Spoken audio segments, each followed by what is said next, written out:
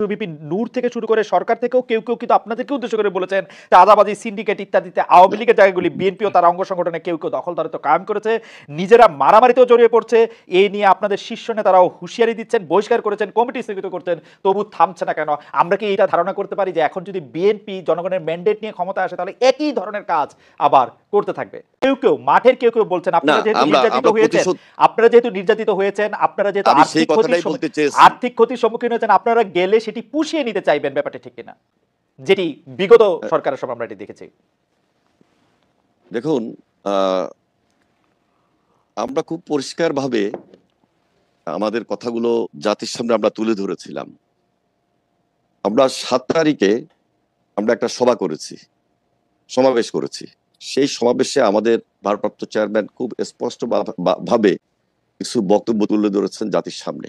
অনেকে সেই সমাবেশটা নিয়েও তখন বলেছিল যে এই মুহূর্তে সভাটা না করলে হয়তো হতো, কিন্তু একটা বৃহৎ দলের কিছু মেসেজ আমাদের ওই মুহূর্তে থাকার দরকার ছিল, এবং সেই মেসেজগুলো পরবর্তীতে সত্যি হয়েছে যে আমাদের যে দিক নির্দেশনা যে আমাদের এই জাতির সামনে, সেখানে বিএনপি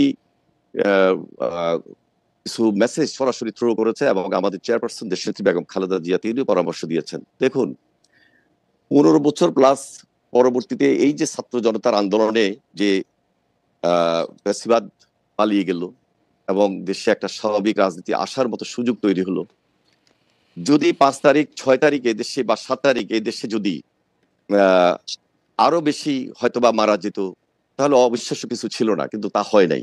শক্ত হাতে আমরা সেটা মূল্যায়ন করেছি, শক্ত হাতে আমরা সেটা ফেস করেছি। এবং 7 তারিখে আমাদের ভারপ্রাপ্ত চেয়ারম্যানের মেসেজটা এমনই ছিল যে কোনোভাবে যে আমাদের কোনো দলীয় নেতাকর্মী অথবা বিএনপির নামে যদি কেউ কোনো চাঁদাবাজিতে যায় বা কোনো ধরনের প্রতিশোধ স্পৃহা নিয়ে সেখানে আঘাত করতে যায়, তাহলে কিন্তু আমরা সরাসরি পার্টির তার বিরুদ্ধে ব্যবস্থা গ্রহণ করবো, এবং সেই ব্যবস্থা আমরা নিয়েছি। এমনও আপনারা অনেকখানি লক্ষ্য করেছেন যে আমাদের দলের নামে কেউ যদি কোনো ধরনের উচ্ছৃঙ্খল বা বিশৃঙ্খল আচরণে জড়িত হয় তার বিরুদ্ধে আমরা মামলাও করেছি, গ্রেপ্তারও করেছি। এখন সেই পর্যায়টি হয়তো বা অনেক কমে গেছে এবং নাই। আমাদের দলের নাম অনেকে ব্যবহার করার চেষ্টা করেছে। আমরা খুব শক্ত হাতে আমাদের দলের পক্ষ থেকে কিছু সিদ্ধান্ত নিয়েছি, সেই সিদ্ধান্ত অনুযায়ী আমরা আমাদের কর্মকাণ্ডকে অব্যাহত রেখেছি। আর আপনি যেটা বলছেন যে দেখেন, গত 15 বছরে 1.5 লক্ষ মামলা, 60 লক্ষ সাধারণ নেতাকর্মীদের বিরুদ্ধে, এবং আমার বিরুদ্ধে অনেক মামলা ছিল। আমাদের সবই ঠিক আছে, কিন্তু কেউ মাঠের কেউ বলছেন আপনারা যেহেতু নির্যাতিত হয়েছেন, আপনারা যেহেতু আর্থিক ক্ষতির সম্মুখীন হয়েছেন, আপনারা গেলে সেটি পুষিয়ে নিতে চাইবেন, ব্যাপারটা ঠিক কিনা? না, আমি বলি, আমরা বলেছি বারবার যে আইনকে আমরা নিজের হাতে তুলে নেব না, এবং আমরা আমাদের নেতা কর্মীদেরকে বলেন আর আমাদের অনেক সমর্থকদেরকে বলেন, আমরা সব জায়গায় একটা মেসেজ দিয়েছি। যেহেতু আমাদের একটা বড় রাজনৈতিক দল, গণমানুষের দল, আমাদের নাম ভাঙিয়ে অনেক কিছু অপকর্ম করার সুযোগ দিচ্ছিল।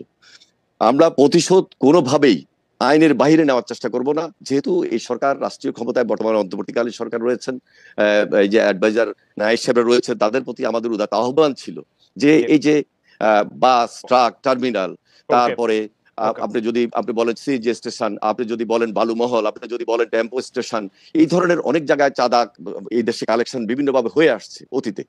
সুতরাং এগুলা কিন্তু একটা গভর্নমেন্টের দায়িত্ব। কোনোভাবে একটা দল পরিবর্তন হলো, একটা সরকার চলে গেল, সেটা আবার আমাদেরকেও সেখানে দখলে যাবে না, সেটার কোনো সুযোগ নেই। আমরা সেখানে হস্তক্ষেপ করেছি, এবং গভর্নমেন্টের দায়িত্ব হলো সেখানে আগের অর্ডার গুলোকে ক্যান্সেল করবে এবং নতুন করে সেটা সরকারের আওতাদের নিয়ে আসবে, যেন আমাদের দলের কেউ নাম ভাঙিয়ে সেখানে ইনক্লুড না হতে পারে, সেখানে ঢুকতে না পারে।